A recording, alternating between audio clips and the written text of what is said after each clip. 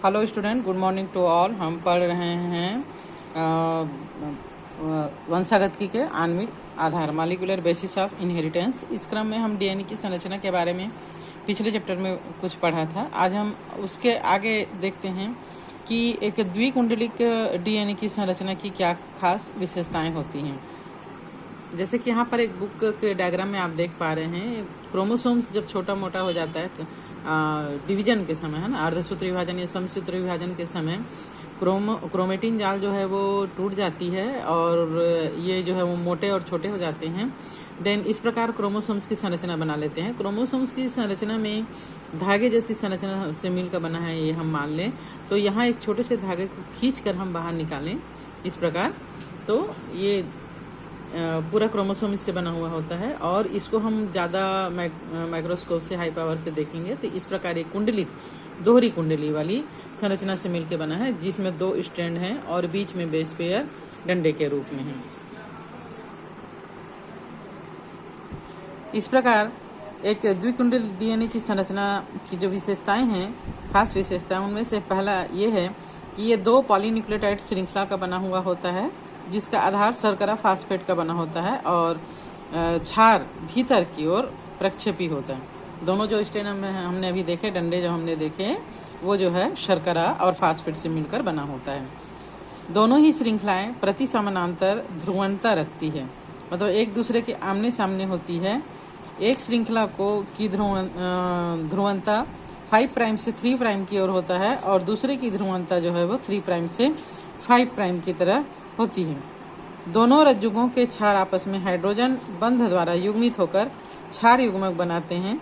Adenine और thymine जो विपरीत रज्जुक में होते हैं आपस में 2 हाइड्रोजन बॉन्ड बनाते हैं। ठीक इसी तरह से ग्वानिन और साइटोसिन से 3 हाइड्रोजन बॉन्ड जुड़ा हुआ होता है, जिसके फलस्वरूप सदैव प्यूरिन के विपरीत दिशा में पिरिमिडिन होता है, जिससे कुंडली के दोनों रज्जुकों के बीच लगभग समान दूरी बनी रहती। जैसे कि यहाँ पर हम डायग्राम में देख पा रहे हैं, ये डीएनए है, 2 स्ट्रैंड से मिलकर बना हुआ है। ये जो स्ट्रैंड है वो फास्फेट और शर्करा से मिलकर बना होता है और बीच के जो बेस पेयर होते हैं ये या तो प्यूरिन होता है या फिर प्यूरिन और पिरिमिडिन क्षारक से मिलकर बना होता है।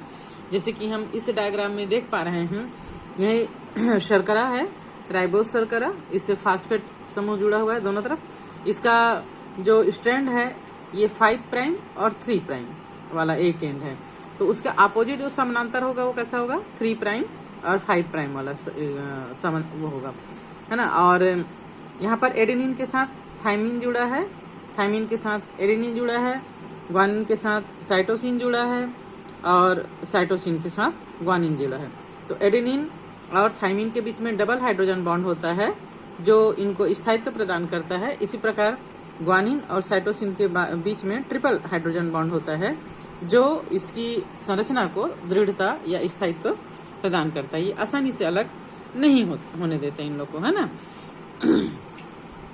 दोनों श्रृंखलाएं जो है ये दक्षिणवर्ती कुंडलित होती हैं, ठीक है, दक्षिण दिशा की ओर इनका कुंडलन होता है और इसका जो पिच होता है वो 3.4 नैनोमीटर, 1 नैनोमीटर 1 मीटर का 10 करोड़वां भाग होता है और ये 10⁻⁻⁹ मीटर के बराबर लगभग होता है।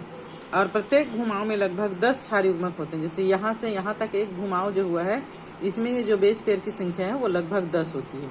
इसका जो पिच है वो 3.54 नैनोमीटर का होता है और एक क्षार युग्मक की ये 2 के बीच में, है ना, 2 डंडे के बीच का जो दूरी होता है वो 0.34 नैनोमीटर की दूरी होती है, ठीक है। ये 2 स्ट्रैंड बना है, इसमें एक कुंडलन हुआ है, घुमाव हुआ है, ऐंठन हुआ है।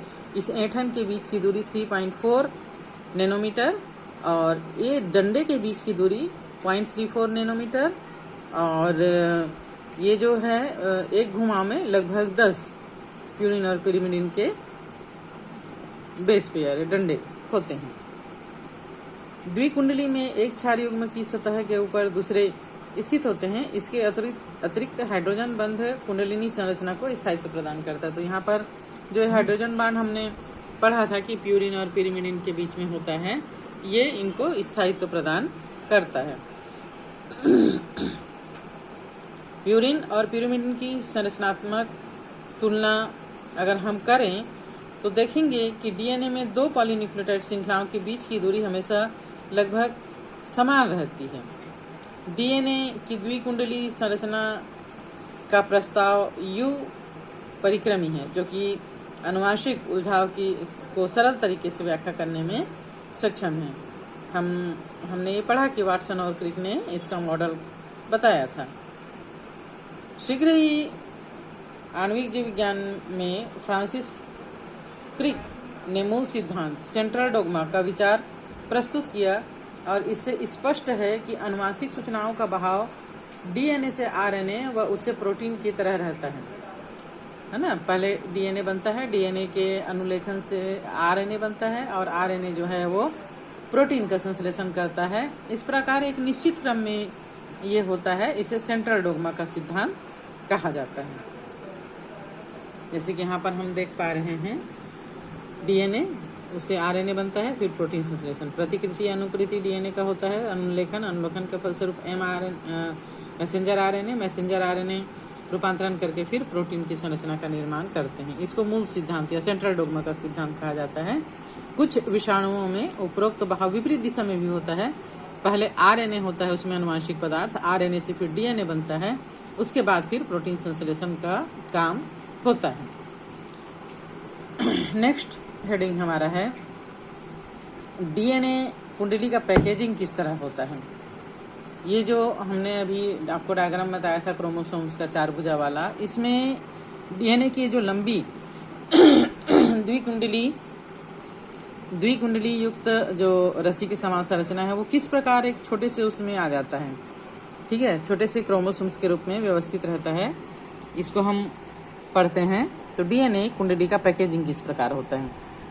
लगातार 2 क्षार युग्म के बीच की दूरी 0.34 नैनोमीटर मान ली जाए और यदि एक प्रारूपी स्तनधारी कोशिका में डीएनए द्विकुंडली की लंबाई की गणना लगभग सभी क्षार युग्म की संख्या को लगातार 2 क्षार युग्म के बीच की दूरी से गुना करने पर इसकी दूरी की गणना कर सकते हैं, तो वो होता है 6.6 इंटू 10 टू द पावर 9 क्षार युग्म into 0.34 into 10 to the power 9 metre प्रति क्षार युग्म।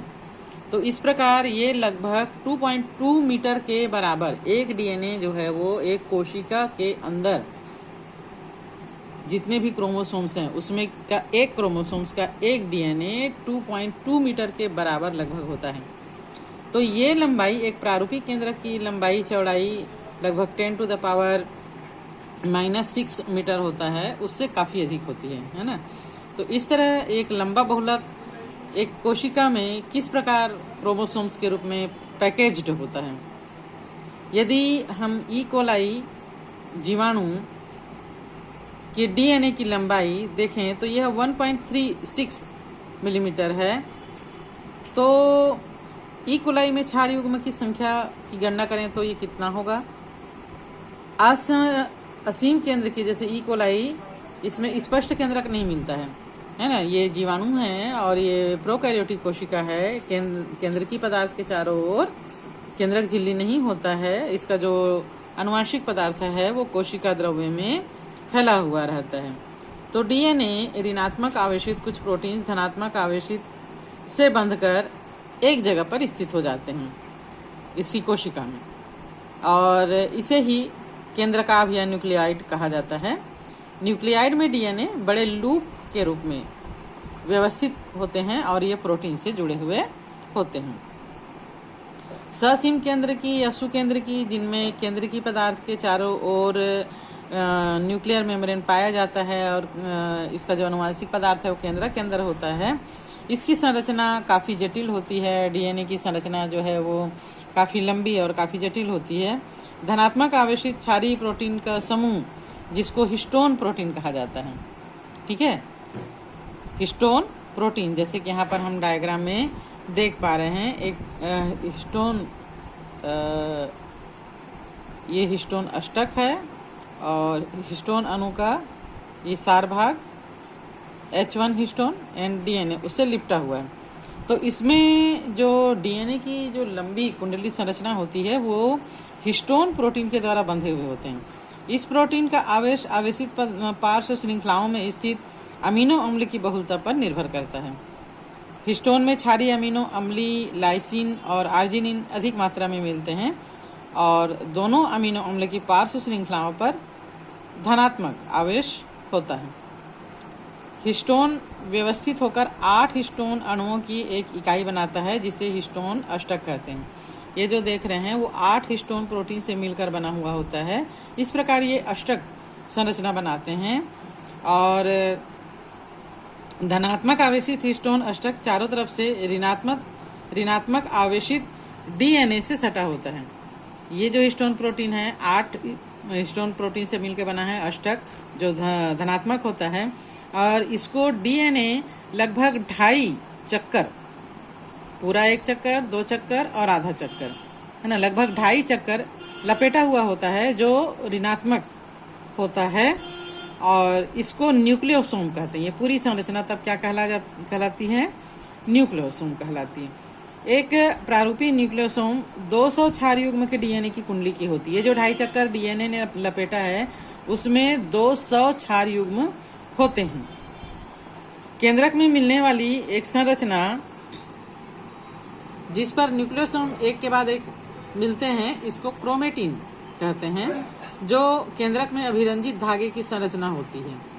केंद्रक में अगर हम देखें तो ये डीएनए जो है वो एक धागे की जैसे संरचना बनाती है जिसको क्रोमेटिन जाल कहते हैं। हमने पहले पढ़ा है। इलेक्ट्रॉन सूक्ष्मदर्शी के द्वारा देखने पर न्यूक्लियोसोम क्रोमेटिन जिस तरह से डोरी पर बीड्स, मतलब एक रस्सी में अगर हम मोतियों की माला पिरो दें, यहाँ पर हम देख पा रहे हैं डोरी, मोटी डोरी है जिसमें बीड्स या मोतियों की माला है, इस प्रकार ये दिखाई पड़ता है। सैद्धांतिक रूप से एक स्तनधारी कोशिका में ऐसे दाने की रचना की संख्या असंख्य हो सकती है ना, क्योंकि जैसे एक स्तनधारी में अगर हम गणना करें, मान लो मनुष्य की बात करें तो 46 क्रोमोसोम्स होते हैं और इनमें प्रत्येक क्रोमोसोम्स में लंबाई का गणना हमने किया, कैलकुलेशन किया, तो उसको धागे के रूप में खोलें तो इस प्रकार बीट्स हमको दिखाई देगा। डोरी पर बीट्स सदृश संरचना क्रोमेटिन में कोष्ठित होकर क्रोमेटिन भाग्य सूत्र का निर्माण कर देती है और आगे जाकर ये कुंडलित और संघनित हो जाती है। कुंडलित हो जाती है और संघनित एक जगह पर इकट्ठा हो जाती है और कोशिका विभाजन की मध्यावस्था में गुणसूत्र का निर्माण कर देते हैं। ठीक है, ये लंबी लंबी जो डोरी क्रोमेटिन जाल के रूप में हम देख रहे हैं ये छोटी और संघनित हो जाती है और क्रोमोसोम्स की रचना बना लेती है। उच्च स्तर पर क्रोमेटिन के पैकेजिंग हेतु अतिरिक्त प्रोटीन की आवश्यकता होती है जिसको सामूहिक रूप से गैर हिस्टोन गुणसूत्री प्रोटीन या non histone chromosomal protein NHC कहते हैं।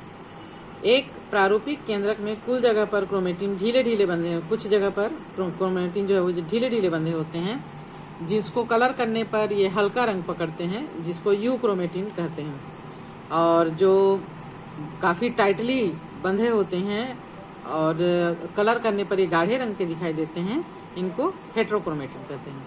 जब हम कोशिका को कलर करते हैं और केंद्रक को कलर करते हैं तो इसमें जो क्रोमेटिन है जहां पर ढीले बंधे होते हैं हिस्टोन प्रोटीन के द्वारा हल्के रंग के होते हैं, इनको यू क्रोमेटिन, और जहां पर ये टाइटली बंधे होते हैं वो गाढ़े रंग के दिखाई देते हैं, इनको हेट्रोक्रोमेटिन कहा जाता है। नेक्स्ट डे हम पढ़ेंगे अनुवांशिक पदार्थ की खोज किस प्रकार की गई थी।